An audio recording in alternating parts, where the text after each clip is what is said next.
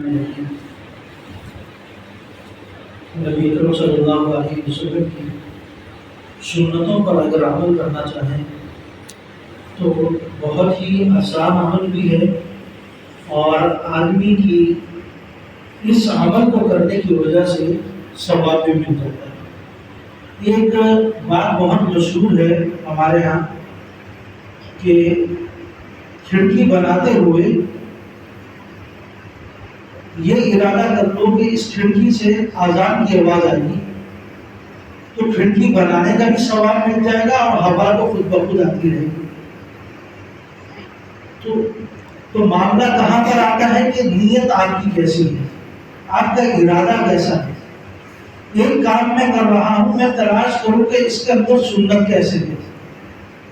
میں نے ہاتھ دھونے ہیں، نبی اکرم صلی اللہ علیہ وسلم کی سنت کیا ہے، کیسے وہ ہاتھ دھوتے ہیں، میں بھی اس طرح دھو، مجھے ثواب بھی مل جائے گا اور میرے ہاتھ بھی دھل جائیں گے۔ میں گھر سے باہر نکل رہا ہوں تو میں یہ دیکھوں آپ علیہ السلام جب گھر سے باہر قدم رکھتے تھے تو پہلے کون سا قدم مبارک باہر رکھتے تھے۔ تو حدیث میں آتا ہے جب آپ گھر سے باہر نکلتے تو الٹا پاؤں باہر نکالتے، اور گھر کے اندر داخل ہوتے تو سیدھا پاؤں داخل کرتے۔ اسی طرح مسجد میں آتے تو مسجد کے اندر سیدھا پاؤں داخل کرتے، اور مسجد سے نکلتے تو الٹا پاؤں باہر نکالتے۔ اسی طریقے سے بیت الخلا جاتے تو الٹا پاؤں پہلے داخل کرتے اور سیدھا پاؤں بعد میں، اور نکلتے ہوئے پہلا سیدھا پاؤں نکالتے اور بعد میں الٹا پاؤں۔ اب ہم بیت الخلا بھی جاتے ہیں، مسجد بھی آتے ہیں، گھر کے اندر بھی جاتے ہیں، لیکن ہمارے ذہن میں یہ ایک معمولی سی سنت نہیں ہوتی۔ حالانکہ اگر ہم صرف اس نیت کے ساتھ کر لیں کہ آپ علیہ السلام نے یہ عمل کیا تھا تو ہمیں ہمارا گھر کے اندر جانا، صرف جانا ایک عبادت ہو جائے گا۔ بیت الخلا کے اندر جانا یہ بھی عبادت بن جائے گا۔ کتنی بڑی بات ہے، اور اس پر ثواب ہوگا۔ چھوٹی چھوٹی دعائیں ہیں، کھانا کھانے سے پہلے کی دعا، کھانے کے بعد کی دعا، بیت الخلا جانے کی دعا، بیت الخلا سے نکلنے کی دعا، مسجد میں داخل ہونے کی دعا، مسجد سے نکلنے کی دعا، افطار شروع کرنے سے پہلے کی دعا، افطار کے بعد کی دعا، کسی کے ہاں مہمان جائے تو وہاں کی دعا، قبرستان جائے تو وہاں کی دعا،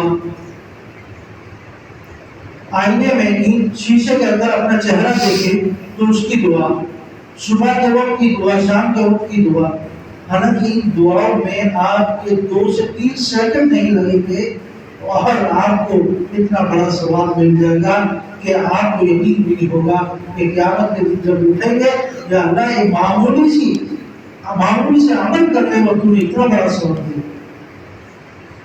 میں نے جس طرح شروع میں مثال دی کہ کھڑکی کو بنانی ہے ہوا کے لیے، روشنی کے لیے، لیکن ساتھ میں نیت کر لیں کہ یہاں سے آزاد کی آواز بھی آئے گی تو کھڑکی بنانا بھی آپ کا عبادت ہے۔ انما الاعمال بالنیات، بخاری شریف کی سب سے پہلی حدیث ہے کہ اعمال کا دار و مدار نیتوں پر ہوتا ہے کہ آپ کی نیت کیسی ہے، اللہ رب العزت ویسا عمل کرتے ہیں۔ آپ کیسا سوچتے ہیں، اللہ رب العزت اسی کے مطابق آپ کا ہوگا۔ ہمارے دین کے اندر یہ آسانی اور یہ سہولت، یہ آسائش بھی ہے کہ آپ کسی چیز کا ارادہ کرتے ہیں تو اللہ رب العزت آپ کے لیے وہ نیکی بھی دے دیتے ہیں۔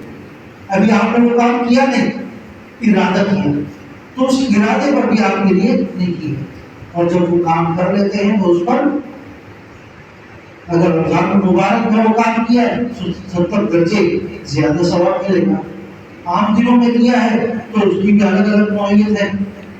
اور اسی طریقے سے اگر کوئی شخص گناہ کا ارادہ کرتا ہے تو اللہ رب العزت اس کے گناہ کو لکھتے ہیں۔ میں نے ارادہ کر دیا میں آپ ابھی جا کر فلاں کام کروں گا جو گناہ کا ہے، لیکن اگر میں نے وہ کام نہیں کیا تو اللہ رب العزت اس گناہ کو، فرشتوں اس کو منع کر دیتے ہیں کہ اس گناہ کو نہ لکھو، جب تک یہ میرا بندہ خود کر نہ لے اس وقت تک اس گناہ کو لکھنا ہے۔ لیکن نیکی کا ارادہ کر لیا، فرمایا فوراً لکھ لو، ابھی نہیں کی اس نے، تم لکھ لو اس کو۔ جس طرح مشہور واقعہ آتا ہے کہ 100 قاتلوں کا ایک بندے نے 100 قتل کیے اور وہ اس ارادے سے نکل گیا کہ میں توبہ کر لوں، توبہ کی نہیں لیکن نکل گیا، تو اللہ رب العزت نے اس کے نکلنے اور اس کی بخشش کر دی۔ توبہ تو اس نے جا کر آگے کرنی تھی، اس سے پہلے اس کی بخشش کر دی۔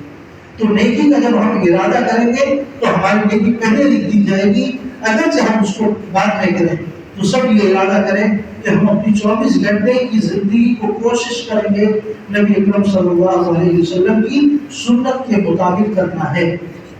اب مجھے کون سی سنت نہیں معلوم یہ پتہ کرنا ہے، ورنہ جو میں اپنے روٹین کے کام کرتا ہوں وہ سارے کے سارے کام نبی اکرم صلی اللہ علیہ وسلم نے کیے ہیں، کس طریقے سے کرنا ہے یہ میں پوچھنا ہے اور اس کے مطابق عمل کرنا ہے۔ اللہ تعالیٰ